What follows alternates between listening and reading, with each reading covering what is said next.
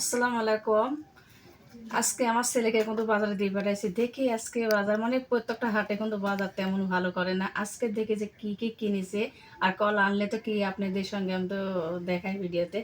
দেখি তো আজকে যাই হোক মাশাল্লাহ কলাটা আজকে হয়েছে, আজকে মোটাই আছে। কয় টাকা সরি লিছে বোন? আজকে 50 টাকা নিছে এটা। তাই তাহলে হালি হলে কত?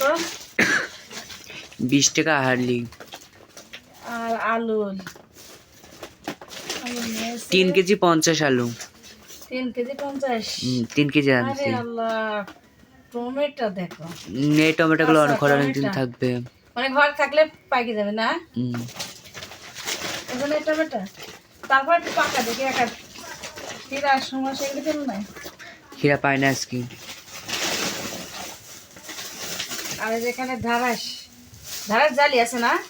হ্যাঁ জালি আছে, সুন্দর আছে। ঢাড়াসগুলো পুরো করে খাতে হবে। আর কাঁচা মরিচ,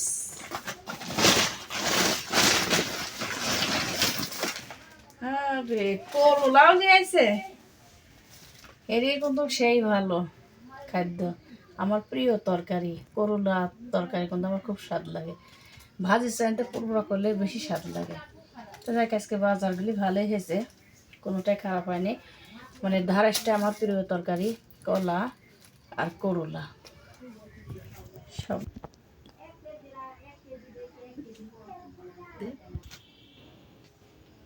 ঝাঁকা টাকা কিছুই তো নেই, সব ওই যে বাসায় নিয়ে যাবো, ওই জন্য আমার ছেলে বস্তার মধ্যে সব প্যাক করেছে।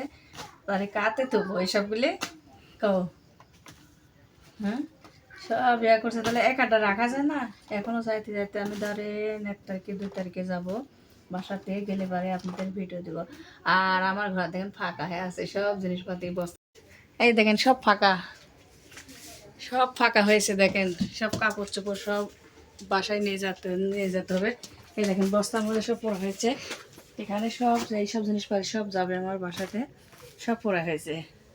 এগুলি দেখো না, সব এলোমেলো হয়ে আছে। আসো আসো,